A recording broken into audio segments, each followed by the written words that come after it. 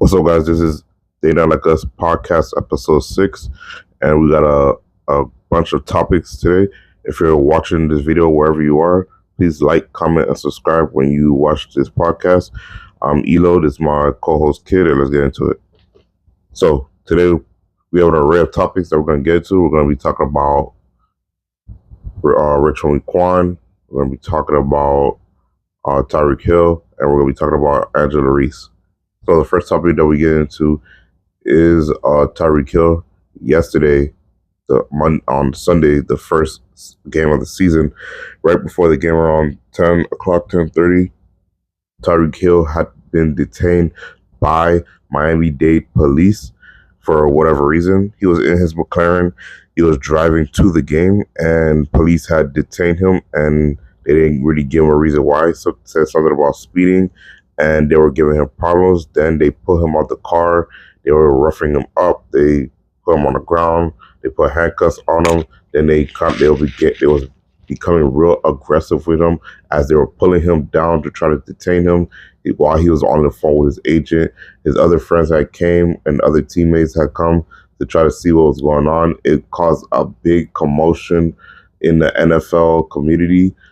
Fans that were heading to the Miami Dolphins game going against the Jacksonville Jaguars were filming the whole commotion, and we're talking about it right now. So what's your thoughts about it, kid? Yeah, I feel like well, I want to know why they pulled him over for, even though if he was speeding, but the police ain't had to do all that. They just made a whole commotion for nothing. Tyreek Hill, but if he was speeding, yeah, okay, I understand if he was speeding, but if he wasn't speeding or driving reckless, if he was driving reckless, just give him his ticket. Like he said on the video, give him his ticket. He'd be on his way, but he said he was running late, so I want to know why he was running late, unless he woke up late, or most likely woke up late, or had a late last night, the night before. But they usually football players usually drive to the game around this time, so I don't think he was late. Because they got to be there 2 hours, prior. Yeah, sometimes they be earlier than that, and it was like 10:30. 10:30. Yeah, that's early. Yeah, that's early. Yeah. So I don't know. I don't think he was running late. Unless I don't know. Miami police they be doing the most. The video show they doing the most. Yeah, they were being excessively aggressive for no apparent reason. They could have handled that situation a lot different. And he even said it in the interview that if he wasn't Tyreek Hill, he said that situation would have been handled a lot more differently. Yeah, it would have. Just by if it was a regular person driving that type of car, they would have They would have body slammed him. Exactly. But they would have been caught on camera because it was videos from every angle, every direction. So yeah, but do you think people would not have been recording it if it wasn't Tyreek Hill? Nah, I think people would have recorded regardless who it was. It was not going to be as much people recording it. Nah, I think so because nowadays some people will record it, of course. Yeah, because nowadays everybody record anything, especially when it comes up to police body slamming somebody, yanking somebody out their car. They record it. People record that because that could go left like real quick. So people start recording stuff like that now. Yeah. So if you want to watch the video, guys, there is a full camera footage showing the police pulling over Tyreek Hill out of the car. It came out earlier this morning on Monday of September 9th, 2024. So if you want to watch the full video in detail, you can watch it to get your full reaction of the video. I think this was unjustly. I think this is something that could have been handled simple. And I'm glad that the police that were involved in the situation got administrative leave, because that was unnecessary, regardless if that was Tyreek Hill or not. Also, I find it funny that Tyreek Hill did troll them after the game when he scored a touchdown of him getting arrested by Jalen Waddle. So yeah, that was funny. That was funny. I liked it, that celebration. Yeah. He needed that. Of course. Because, you know, your day, they just messed up your day. Exactly. So it's only right you celebrate when you score a touchdown. They almost messed up people's parlays. You know how many people would have been angry? Exactly. Like, what? Exactly. Thank God his agent said he's still playing. Exactly. And you can see he said it in the video, the police body cam. He said he want to go home because that's embarrassing. Oh, he wanted to go home after that? Yeah, it showed it. He said that in the video. Like, he was telling that one of the people, like, I want to go home because, like, that probably could have been a traumatic experience for him because you don't know what could happen. You just think about other people who've been in that situation, never like came out. That's to the other side in that situation, or they got severely damaged. Like, and the way they was grabbing him and roughing him up, he said, like, "Oh, my knee, I just got my knee repaired." He just got surgery on his knee, so just that he gonna have PTSD off of just of that. He could have got re-injured, God forbid. He gonna have PTSD just off of that. Like, now he just probably gonna be like, yeah, I ain't trying to get pulled over because it could go this way, it could go this way. Like, yeah, and all it does is build more distrust from the people and the police. Because look how they was like attacking him, like, get out the car, roll the window, like put the window down. And they came out the gate like, hostile. Yeah, like it was no like police take, you know, training and proper protocols how to pull over. I know they pull over famous people. Like, you have to go through training for that because they're not like regular people. Because he could be running from paparazzi. Exactly. And you know, sometimes, you know, the celebrities don't like paparazzi taking pictures of them all the time. So, and they be trying to swarm the car, so they need like escort service to like get through where they need to go. That's why home and during like not home games, away games. Yeah, they take the bus. They go to a hotel close to the stadium, and then they get escorted on a Greyhound bus to and from the stadium to the hotel. Yeah, so that we ain't got to deal with all that. So it's just a crazy situation overall. I wish the best of luck to Tyreek Hill. It was unfortunate what happened, and I hope those police officers that were involved in that situation get severely punished because there's no need for all that. Yeah. Tyreek Hill didn't do anything that warrant that type of treatment from them overall. And I want to see the full video how it started. We only seen the video when he was put over. I want to see how what really triggered for the police to come after him. Exactly. I want to see that. But would you probably just have to wait when full information comes out? We'll see, and then if it's like pertinent, then we'll talk about it probably on a later podcast. Well, we'll get into the next topic. So earlier last weekend, we found out that rapper Rich Homie Quan had recently passed away, and it showed that he passed away from overdose. That's what we heard from his agent and loved ones. What's your thoughts on that? Okay. Oh, Rich Homie Quan.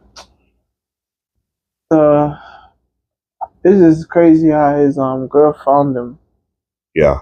Like, I know anybody in that situation will be like, wow, like this how I seen him. I went to sleep and he was alive, and he never came to bed. That right there, when she came back downstairs to take the kids to school, right there, I would have had suspicion. Like, he ain't moved. He still stayed in the same spot. That right there, I would have noticed that. She didn't probably notice that because she said he didn't come back to bed or. Yeah, but he was on the couch. So you stayed on the couch the same way when she went upstairs, and when she came down to drop the kids off, he's still the same way. Right there, that's supposed to give you snap. Something don't look right. But she just put a sheet on him and just took the kid to school. And that's when she came back from dropping the kids to school. That's when she seen something wrong. That she seen he had no heartbeat. she checked his heart, and that's when I guess. And then she called the 911, and they asked her a stupid question. Oh yeah, 911. Whoever that dispatcher do you have a defibrillator? Like, I was getting pissed off listening to it because I listened to there was no such of urgency or nothing. She was calm, meek, like she didn't care, and I was like, what? Who has that in their house? Yeah, like if people have that in their house for real, like that's. People probably do have that in their house, but yeah, I don't think they had that in their house. And even though he did have that in the house, I don't even know if she would know where that's at. Exactly. Yeah. So that's just a tragic stuff. It's tragic to the family. Condolences to the family. It's tragic to him overall because he was trying to get back on his feet as an artist. Because he hasn't been in the game like strong in a minute since I seen his dad did that. I think his dad did talk. His dad talked recently. His dad said he have like 2,000 songs recorded. 2,000? Yeah, he said his son was working. Unreleased? Yeah, unreleased 2,000 songs. Sheesh. So Quan was always working. Quan was like one thing about Quan. He know how to make hits. He was always working. And I think he was going through issues with his label dispute and stuff like that. Yeah, but that label thing, I think that was a long time ago. You don't think it's a game, right? Yeah, I don't think he was under that label no more. I think he had got out, or they figured out. I guess they finally gave him the contract he was asking for. But that he had been going through that with that label. But yeah, Quan was talented. He could rap. And he have a lot of hits. I was like, wow, he really have a lot of hits. But he just, the mainstream wasn't there for him.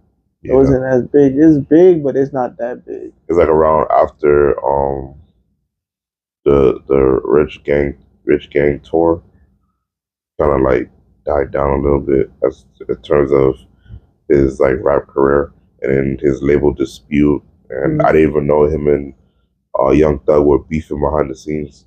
Yeah. So he was going through a lot, but it's an interview. He explaining him and Young Thug why they fell off. So do you know the important details as about that? Nah, I had watched the interview. That was a long time ago. I forgot, but it wasn't something like to die, kill over for. It was it was something petty. They could probably fix. So yeah. Well, again, condolences to the family. Condolences to Rich Homie Quan. We sad that this happened, and this is a sad day for hip hop because we lost another great, talented artist. Another legend from Atlanta. Yeah, exactly. Another Atlanta rapper passed away.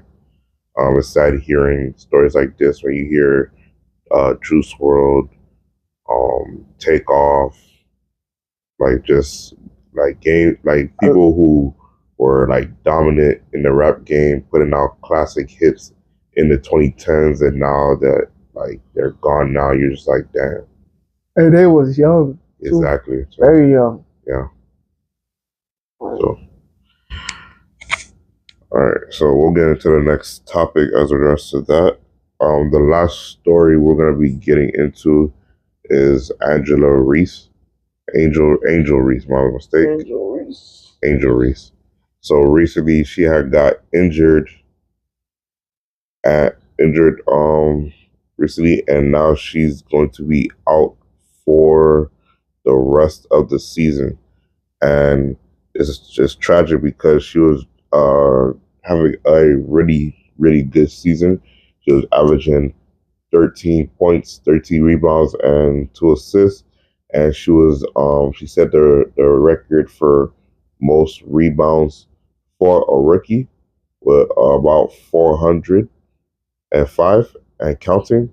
So it's kind of sad and disappointing that she had this injury. So it's confirmed she has a wrist injury and she's preparing for upcoming surgery. So what's your thoughts on that? That's messed up. Like I really wanted to see her win Rookie of the Year. Me too. Like she was balling.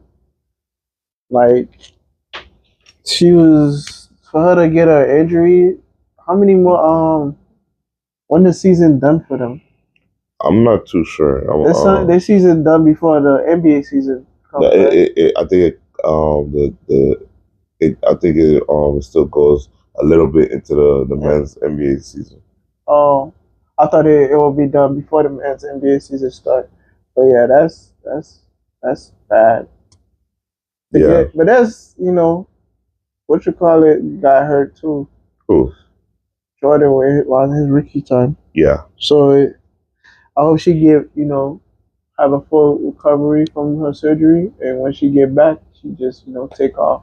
Yeah. So to add further context on it, she said she fell on her hand, and when well, these are her words. She said, "I fell on my hand when I got the and one, and when I fell back and fell on my hand, it was a small crack in my bone." Yeah, it snapped. So there's a video of it, and if you want to watch the video and see how she got injured, if you want to see full context of that, I think it's a sad situation overall. She was having a great, amazing season. Her and Caitlin Clark were battling for Rookie of the Year, but it looked like Caitlin Clark will be winning that, like without no competition at hand. So we just have to wait for next season when when the season starts back up. She's fully healthy, prepared, rested, and she could continue battling Caitlin Clark for who's gonna be the next big face and superstar of the league. And I do see that Caitlin Clark has a great rabid fan base of people of support behind her in terms of wanting her to be successful and stuff like that. And what's your thoughts on that? Oh, what, Caitlin Clark? Yeah. Caitlin Clark is the Curry of probably the women's NBA because she could shoot, she could play. She know how to pass. She know how to grab rebounds. If she on a good team, they probably could go all the way. But they're in the playoff hunt right now. In the playoff hunt? Yeah, like they're like mid of the road playoff team. But it was way better than the beginning. Yeah, they were they were struggling at the beginning. But I think they started to click and they started to get it together. Have that you gotta start building that chemistry. When you start building that chemistry, you know how everybody play on your team. You know how everybody shoot. You know how everybody pass. You know how everybody like the pass that comes to them, set them up, etc. Pick and roll, all of that. So I guess that's that chemistry you have to build when you get on. You're a rookie, so you just gotta watch from the outside because the people probably been there before you. Mm-hmm. So you basically gotta they're gonna the veterans gonna teach you. Yeah, they're gonna teach you how to this is how we play. This we don't do too much, but they look like they let her be free. So she was shooting crazy from the three. Yeah, and I was like, whoa. I think she's at the beginning she wasn't shooting. I think she's getting more accustomed to the physicality of the WNBA now. It's like, okay, this is how I'm gonna pick my spots. This is where I'm gonna shoot my shots. This is how I'm gonna get open. I'm gonna move without the ball. I'm gonna do this so I can get open shots, etc. So she's getting accustomed to it, and she's getting better along the way. And I think that's similar to. I'm not saying she's gonna be the next Jordan, but it's similar to how Jordan was getting his points while he was averaging 28 a season in the rookie year, which is unheard of for rookie. Yeah, so I hope she can, most likely she gonna win Rookie of the Year. Yeah, I mean it's good.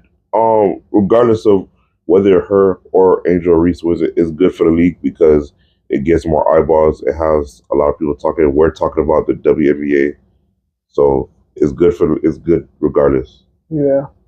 So, but again, Angel Reese, she had an amazing rookie year, regardless, of the abrupt season ending. I wish her a speedy recovery. I hope she's healthy following next season and could move forward for that. Maybe contend for like a MVP or a championship years down the line. But we'll just got to see as their career grow.